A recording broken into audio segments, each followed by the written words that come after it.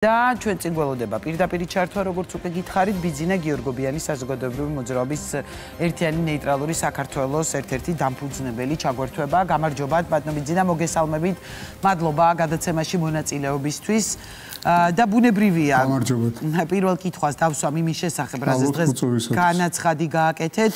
რატომ მიიღეთ პარტიის შექმნის გადაწყვეტილება და რას გააკეთებს პარტიად გარდაქმნილი თქვენი მოძრაობა? რა ბოლოდინი გაქვთ თქვენივე ნაბიჯის შემდეგ? ჩვენი მოძრაობის შექმნის დღესვე იქნა გაცხადებული 1 წლის წინ, ცოტა უფრო მეტია გასული იმ დროიდან, რომ დაახლოებით 1 წლის თავზე ჩვენ გარდავიქმნებოდით პოლიტიკურ პარტიად და დღეს იყო ის დღე, როდესაც ჩვენ გამოვაცხადეთ პოლიტიკურ პარტიად გარდაქმნა ჩვენი საზოგადოებრივი ორგანიზაციის.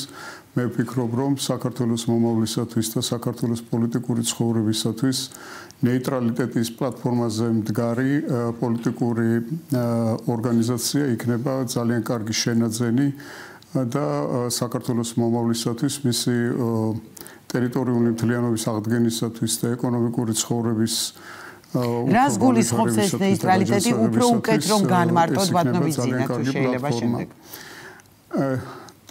ამას განგემარტავთ მე თქვენ ერთი წუთით დავასრულებ მე რაც მინდოდა რომ მეთქვა. ესე იგი ჩვენ ვხედავთ რომ ფაქტიურად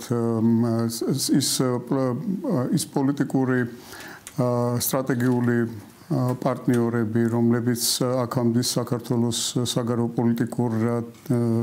პოლიტიკაში მოიაზრებოდნენ, ეს პოლიტიკური პარტნიორები ჩვენი, სტრატეგიული პარტნიორები ჩვენი ფაქტიურად არიან არაფორმალური ოლიგარქიული მმართველობის ქვეშ. გულისხმობ მე ევროკავშირს და პირველ რიგში ამერიკის შეერთებულ შტატებს. კი მართალია დონალდ ტრამპის პრეზიდენტად არჩევის შემდეგ მან თითქოს თავიდან დაიწყო რაღაც გარკვეული ქმედებები Deep State-ის წინააღმდეგ.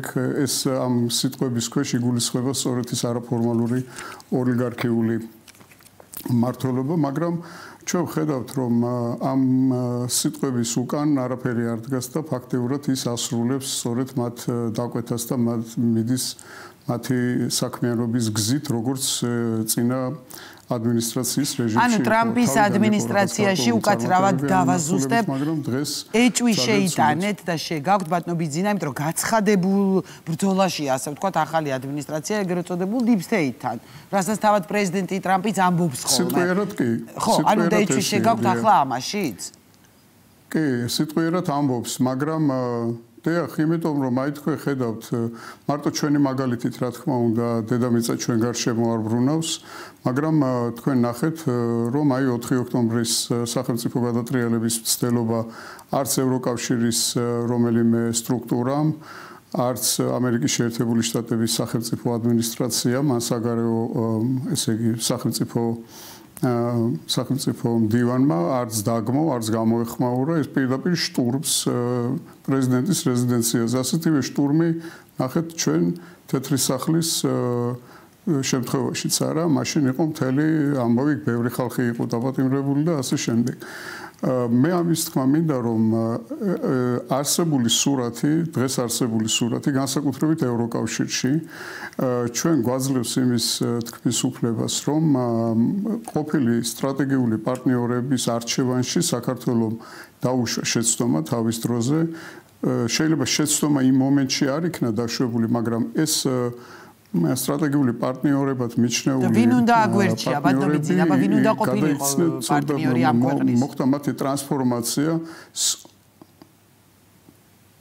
ჩვენ როდესაც კიდევ ერთხელ გავიმეორებ, როდესაც საქართველოს დაახლოებით 30 წლის წინ ამოირჩია დასავლეთის მიმართულებით პარტნიორები, მაშინ დასავლეთის სახელმწიფოები, ევროკავშირიც და ამერიკის შეერთებული შტატებიც ჩვენ წარმოდგენაში და რეალობაშიც იყო სხვა და დღეს არის აბსოლუტურად სხვა. განსაკუთრებით ეს თითქმის ევროკავშირზე, რომელიც თავის დროზე შეიქმნა როგორც მშვიდობის და ეკონომიკური განვითარების პლატფორმა, როგორც დამოუკიდებელი და სუვერენული ქვეყნების ერთობა, რომელიც გადაიქცა არაფორმალური ოლიგარქიული მმართველობის ინსტრუმენტად და ბრიუსელი დღეს განკარგავს ევროკავშირის ყველა სახელმწიფოს და ის ქვეყნები, რომლებიც შედიან ევროკავშირში, დღეს უფრო ნაკლებად არიან დამოუკიდებელი, ვიდრე დაუშვათ რომელიმე ისეთი იმპერიის ქვეშ მყოფი ქვეყნები.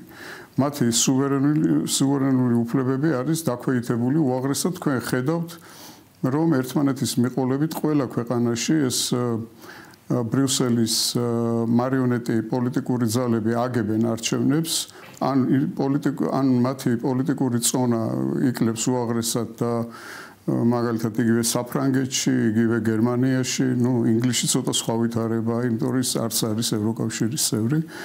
და აქედან გამომდინარე, ჩვენ გვაქვს ძალიან დიდი სკეპსისი, დაგვეუფლა ძალიან დიდი სკეპსისი ბოლო წლების განმავლობაში, რასაც უყურებთ ჩვენ ამ რეალობას, რაც ევროკავშირშია და ამერიკის შეერთებულ შტატებშია, ამიტომ ჩვენ ერთადერთ ორიენტირად ჩვენ არ ვამბობთ უარს ევროპაზე, რა თქმა უნდა, იმიტომ რომ ჩვენ თვითონ ვართ ევროპა, ჩვენ თვითონ ვართ ევროპული კულტურის ნაწილი და ერთ-ერთი შემოქმედიც ისტორიულად, მაგრამ საქმე იმაშია, რომ ერთადერთ ორიენტირად ჩვენ აღარ მიგვაჩნია ეს ორიენტაცია, რომელიც საქართველოს კონსტიტუციაშიცაა მითითებული.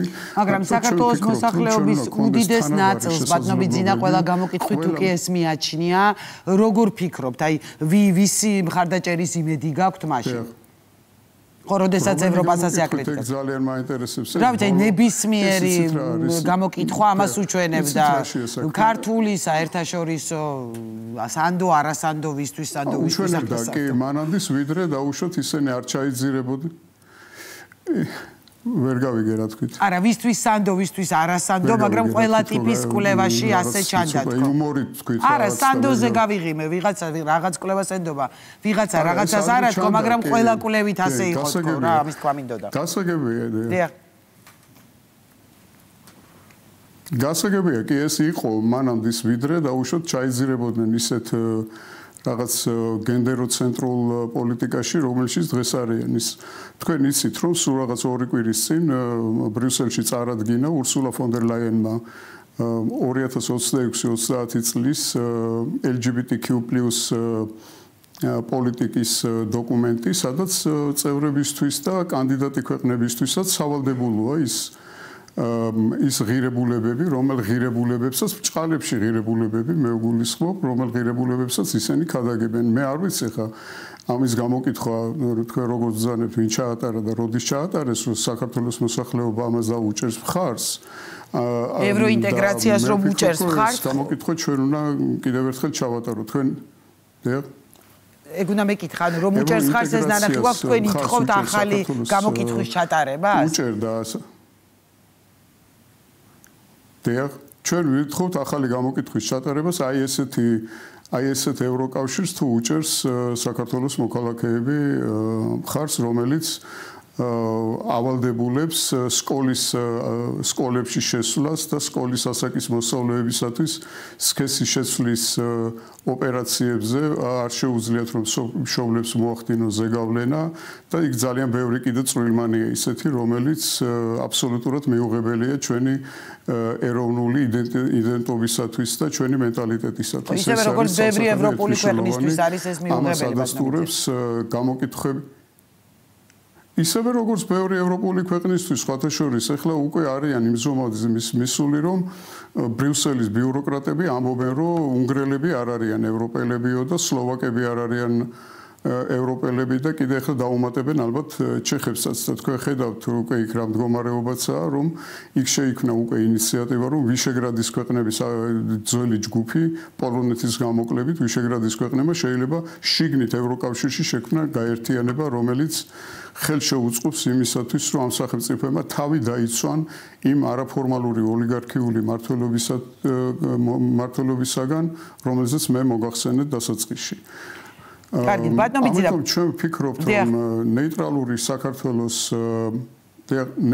საქართველოს პლატფორმა, რომელმაც საქართველოს უნდა მიცეს იმის საშუალება, რომ საქართველო უნდა იყოს გახსნილი ყველა მეზობელთან ურთიერთობაში. ჩვენი კონსტიტუციაში ამ ჩანაწერით, ჩვენ ფაქტიურად ბორკილები დავიდეთ საკუთარი ხელით და ვართ მხოლოდ დამოკიდებული იმაზე, როდის გაგვიღიმებენ ან მოწყალებით, როდის გამოიმეტებენ საქართველოსთვის დადებით შეფასებას. აი ეხლა მე უსმენდი თქვენს გადაცემას და იქაც ჩვენ გვიხარია, რომ ვიღაც ევროპელმა ჩინოვნიკმა ესე იგი აღიარა, რომ საქართველოს თურმე იცავს ამ დაწესებულ ემბარგოს კი არა რაღაც შეზღუდვებს რუსეთთან და აი რა კარგია რომ ვიღაცამ შეგვაქვს. ამიტომ ჩვენი გონება უნდა იყოს გადართული იმისკენ რომ საქართველოს უნდა იყოს ჩვენი პოლიტიკის ცენტრში და ჩვენ უნდა გქონდეს ღია პოლიტიკა ჩვენ მეზობლებთან ყველა მიმართულებით უნდა მონაწილეობდეთ ყველა იმ პლატფორმაზე დისკუსიებში, პოლიტიკურ შეხვედრებში, დამკვირვებლის სტატუსით იქნება თუ წევრი სტატუსით, საიდანაც შეგვიძლია რომ საქართველოს მიიღოს რაღაც ბენეფიტები.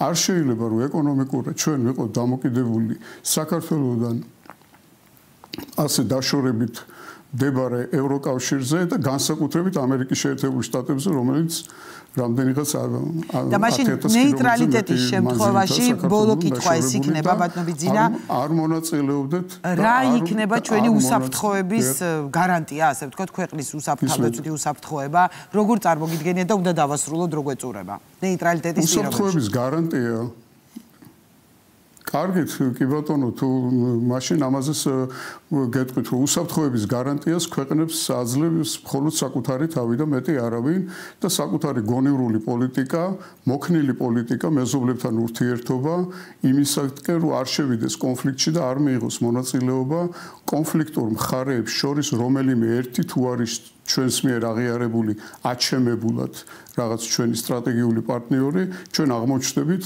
ავტომატურად ჩათრეული კონფლიქტში და ჩვენ ნახეთ როგორ მიგვათრევდნენ ძალით კონფლიქტში ის ჩვენი ვითომ და სტრატეგიული მოკავშირეები დასავლეთიდან უკრაინის ომში როგორ მიყავდათ საქართველოს სასაკლაოზე ფაქტიურად.